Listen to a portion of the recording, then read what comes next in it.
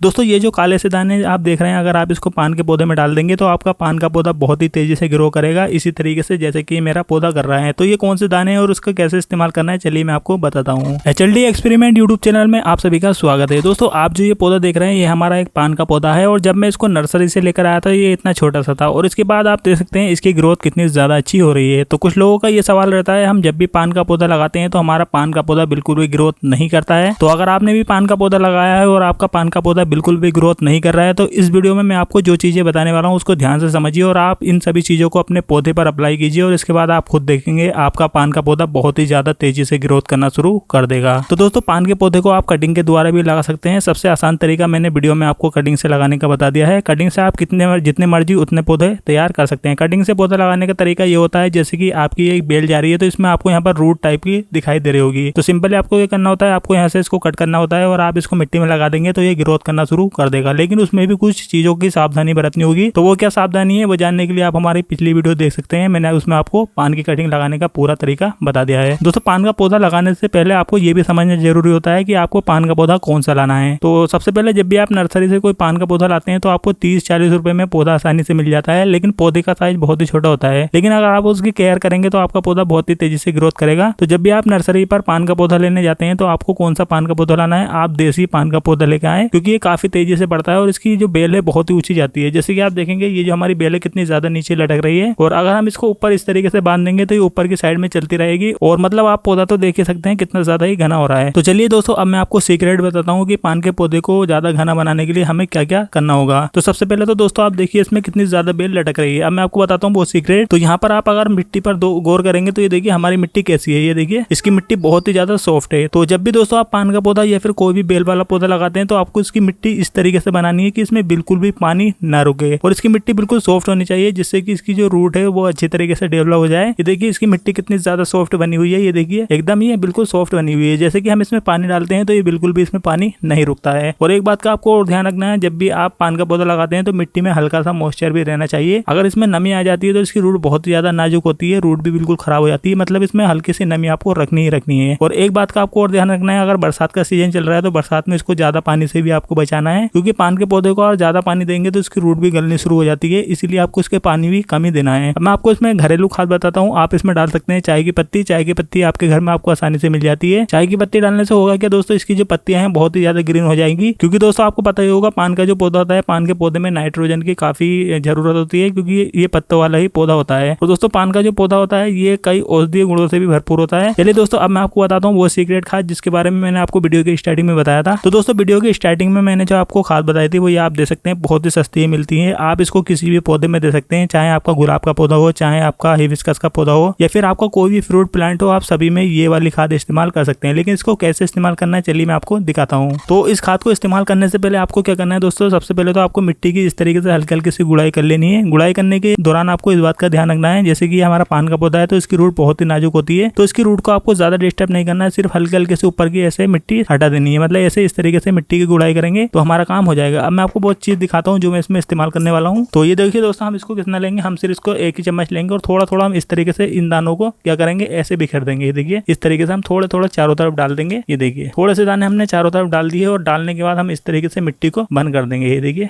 मिट्टी को बंद करने के बाद अब हमें क्या करना है, इसमें हमें पानी दे देना है और पानी देने के बाद आप कुछ दिन के बाद आप देखिए इसमें आपको बहुत ही अच्छे परिणाम मिलेंगे। तो दोस्तों ये जो मैंने आपको चीज दिखाई है इस चीज का मैं आपको नाम बताता हूँ। दोस्तों इस चीज का नाम है बायोजाइम। तो दोस्तों ये जो बायोजाइम है इसे अगर आप अपने पौधे में डालेंगे तो पौधे के जितने भी पोषक तत्व होते हैं उन सभी की ये पूर्ति कर देता है। इसमें नाइट्रोजन मतलब सभी जितने भी फर्टिलाइजर होते हैं उसके मुकाबले सबसे ज्यादा इसमें चीजें पाई जाती हैं, मतलब पोषक तत्वों से ये भरपूर होता है। तो ये आपको मिल जाएगा किसी भी लोकल नर्सरी पे 40-50 रुपए किलो के हिसाब से, और 1 किलो अगर आप इसे लेके आ जाएंगे तो आपका पूरा महीने भर चलता है ये, और ये बिल्कुल ऑर्गेनिक होता है। इसका एक बार आप नाम दोबारा सुन सकते हैं, इसका नाम है बायोजाइम। क्योंकि दोस्तों कई लोगों के कमेंट्स आते हैं सर आपने फर्टिलाइजर का नाम तो बताया ही नहीं है, तो इस फर्टिलाइजर का नाम है बायोजाइम। आप इसको लेकर आ सकते हैं नर्सरी से या फिर जहाँ पर बीज मिलते हैं बीज भंडार से, वहां से भी आप इसको लेकर आ सकते हैं। तो दोस्तों उम्मीद करता हूँ वीडियो आपको पसंद आई होगी और आप समझ गए होंगे मेरा इस पान के पौधे को घना करने का सीक्रेट क्या था। अगर आपको ये वीडियो पसंद आई हो तो इसे लाइक करें, शेयर करें, और अगर आप इसी तरीके की होम गार्डनिंग की वीडियो रोजाना प्राप्त करना चाहते हैं तो हमारे YouTube चैनल HLD एक्सपेरिमेंट को सब्सक्राइब करना ना भूलें। तो चलिए मिलते हैं अगली किसी नई वीडियो में। Thank you for watching.